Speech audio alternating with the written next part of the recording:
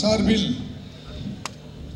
இந்தி திணிப்பு, நிதி பகிர்மான பாரபட்சம், தொகுதி மறுசீரமைப்பு, அந்நீதியை ஒன்றிய அரசை கண்டித்து மாபெரும் பொதுக்கூட்டம். கூட்டத்தினுடைய தலைமை பொறுப்பேற்றிருக்கக்கூடிய நம்முடைய மாவட்ட கழக செயலாளர் மாதவரம் எஸ். சுதர்சனம் அவர்களே, இந்த கூட்டத்திற்கு சிறப்புரை ஆற்ற வருகை தந்திருக்கக்கூடிய மாநில மாணவர் அணி செயலாளரும் 2021 தேர்தலின் போது நம்முடைய இளம் தலைவர் அவர்கள் என்னுடைய வெற்றியை எப்படி நிர்ணயிச்சாங்களோ, நம்ம எதிர்த்து நின்ற சீமான் அவர்களை தோலை உரித்து காட்டிய நம்முடைய ராஜீவ்காந்தி அவர்களே, கழகத்தினுடைய இளம் பேச்சாளர் அன்பு சகோதரர் வைகை செல்வமணி அவர்களே, மாநில இளைஞரணியினுடைய துணை செயலாளர், சென்னை மண்டலத்தினுடைய பொறுப்பாளர் தூத்துக்குடி அண்ணன் எஸ். ஜோயல் அவர்களே, இந்த நிகழ்ச்சியிலே கலந்து கொண்டிருக்கக்கூடிய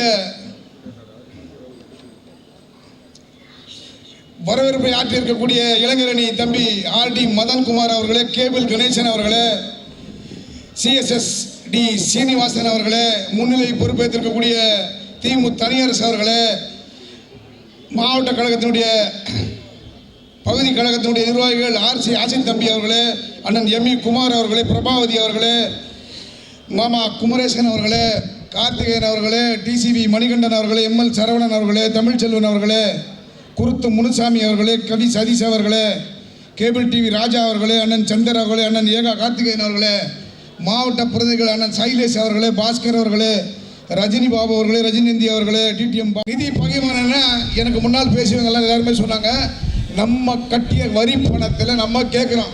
இப்போ ஏதோ நம்ம அவங்கள்ட்ட ஏதோ போய் பணம் கேட்குறாம தர்மேந்திர பிரதான்கிட்ட நம்ம போய் ஏதோ பணம் கேட்குற மாதிரி இருக்குது. அப்படி இல்லை, நம்ம உழைச்ச உழைப்பு, நம்ம சாப்பிட்ற உண்ண உணவு, உடுத்த உடை, இருக்க இடம், இது அத்தனைக்குமே ஜிஎஸ்டி கொடுக்குறோம்.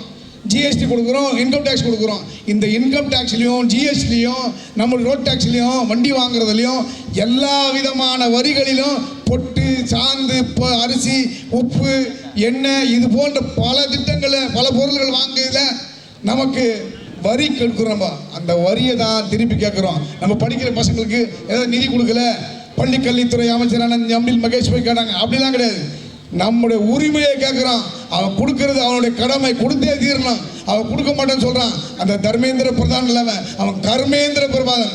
ஏன் காரணம்னா, இந்த படிக்கக்கூடிய மாணவர்கள் தமிழ்நாட்டில் படித்தாங்கன்னா, இருமொழி கொள்கை படித்தாங்கன்னா நம்ம உயர்ந்துருவோம். ஒரு நம்முடைய அரசியலுடைய கான்செப்ட் எப்படி பார்த்தீங்கன்னா, ஒன்று கல்வி, இன்னொன்று மருத்துவம். இதை இரண்டும் ஒன்றாக கூறிய கூட தான் நம்ம வரலாற்று சிறப்புமிக்க தமிழகத்தின் சிறப்பு முதலமைச்சர் அண்ணன் தளபதி அவர்கள் மக்களுக்கு கல்வி கொடுத்தாலே போதுன்றது தான். மக்களுடைய கல்வி முக்கியம், மருத்துவம் முக்கியம். இது ரெண்டுமே இந்த மக்களுக்கு இருக்குது. ஆகவே இந்த மக்கள் இந்த தமிழ்நாட்டில் பார்த்தீங்கன்னா, தமிழ்நாட்டில் உள்ள படித்தவங்க அமெரிக்காவில் இருக்காங்க. சுந்தர் பிச்சை பார்த்தீங்கன்னா அமெரிக்காவில் இருக்கார். நம்முடைய அப்துல் கலாம் ஏவுகணையில், அணுகுண்டில் பெரிய விஞ்ஞானி, தமிழ் படித்தவர் தான். அவர் ஒரு இஸ்லாமியர். அவர் ஒரு நம்ம பார்த்தீங்கன்னா தூத்துக்குடியில் நம்மளுடைய ராமேஸ்வரத்தில் ஒரு பாதிரியார் வீட்டில் படித்தவர். முஸ்லீமாக இருந்தோம், ஒரு பாதிரியார் வீட்டில் படித்த ஒரு முஸ்லீம்காரர் தான் நம்முடைய அப்துல் கலாம். அந்த அப்துல் கலாமும் இருமொழி வழி தான் படித்தார். நம்ம சுந்தர் பிச்சையும் இருமொழி கொள்கை தான் படித்தாங்க.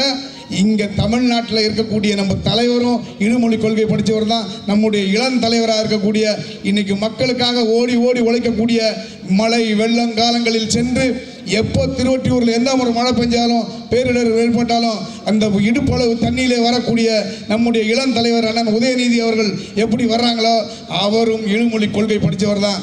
இதுபோல் பல தலைவர்களும் நம்ம ஏதாவது சொல்லுவாங்க, சொல்வதைத்தான் செய்வார், செய்வதைத்தான் சொல்வார்னு கலைஞர் ஐயா. சொல்லாததையும் செய்யக்கூடிய திராவிட மாடல் ஆட்சி நம்முடைய 1ஆம் வகுப்பிலிருந்து 5ஆம் வகுப்பு படிக்கக்கூடிய மாணவர்களுக்கு காலை சுற்றுவட்டி வழங்கியது திராவிட மாடல் ஆட்சி. பள்ளி கல்வி முடித்து உயர் பள்ளி செல்லக்கூடிய மாணவர்களுக்கு மாதம் 1000 ரூபா வழங்கியது திராவிட மாடல் ஆட்சி. ஏழை மக்களுக்கு, குடும்ப தலைவிக்கு மாதம் 1000 ரூபா வழங்கியது திராவிட மாடல் ஆட்சி. இங்கு போன்ற விலையில்லா பேருந்தை வழங்கியது திராவிட மாடல் ஆட்சி. பள்ளி கல்வி முடித்து உயர்கல்வி செல்லக்கூடிய அனைத்து மக்களுக்கும் இப்போ திருவொற்றியூரில் பார்த்தீங்கன்னா நம்முடைய கலை மற்றும் அறிவியல் கல்லூரி 2 ஏக்கர் நிலத்தை கொடுத்து 16 கோடி ரூபா பணத்தை கொடுத்து கட்டி கொடுக்கறது 2006லேருந்து 2011 நம் நெஞ்சமெல்லாம் நிறைஞ்சிருக்கக்கூடிய ஐயா கலைஞருடைய கொண்டு வந்தது. அப்போ நம்ம மண்ணில் மைந்தனாக இருந்த KPP சாமி அவர் கொண்டு வந்தார் இந்த காலேஜ் கலை மற்றும் அறிவியல் கல்வி. அது 1ஆம் வகுப்பிலிருந்து 5ஆம் வகுப்பு படிக்கக்கூடிய அந்த கல்லூரி பள்ளியில் தான் இருந்தது, தவிர வேற ஒன்றும் இல்லை. அதை இன்னைக்கு 2021 வரலாற்று சிறப்புமிக்க திராவிட மாடல் ஆட்சி வந்த உடனே சட்டமன்றத்தில் சொன்னதைத்தான் செய்வார், சொல்லாததையும் செய்வார், கூட சொல்லாததையும் செய்யக்கூடிய நம்ம திராவிட மாடல் ஆட்சி தேர்தல் வாக்குறுதியாகவே எடுத்துக்கொண்டு அந்த கலை மற்றும் அறிவியல் கல்வியை பெரிய ஒரு தனியார் காலேஜுக்கு ஈக்குவலாக இன்னைக்கு கட்டிகிட்டு இருக்காங்க. அதே போல் நீங்கள் பார்த்தீங்கன்னா நம்ம நெட்டுக்குப்பத்தில் ஒவ்வொரு ஆண்டும் ஒரு 10லேருந்து 20 பேர் இறந்துக்கிட்டு இருப்பாங்க. அந்த கடல் நீரில் குசத்தலை ஆற்றுல தூர்வாரி ஆழப்படுத்தி அங்கே ஒரு பெரிய 150 கோடி ரூபாய் செலவில் தூண்டியல் வழி அமைச்சிருக்காங்க. இப்போ விம்கோ நகரில் பார்த்தீங்கன்னா ஒரு ரயில்வே மேம்பாலம், கத்திவாக்கத்தில் பார்த்தீங்கன்னா ஒரு 10 கோடி ரூபாயில் ஒரு மீன் மார்க்கெட்டு, ஒரு சமுதாய கூடம், அதே 5 கோடி ரூபாய் செலவில் பார்த்தீங்கன்னா கத்திவாக்கத்தில் ஒரு பேருந்து நிலையம்.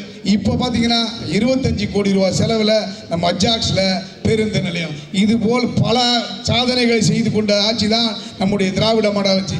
வரக்கூடிய காலங்களில் நீங்கள் பார்த்தீங்கன்னா நாடு நலம் பெறணும், மக்கள் வளம் பெறணும்னா நம்முடைய தளபதியுடைய கரத்தை வலுப்படுத்த வேண்டும் சொல்லிக்கொண்டு எனக்கு பேச வாய்ப்பளித்தமைக்கு நன்றி கூறி விடைபெறுகிறேன். நன்றி, வணக்கம்.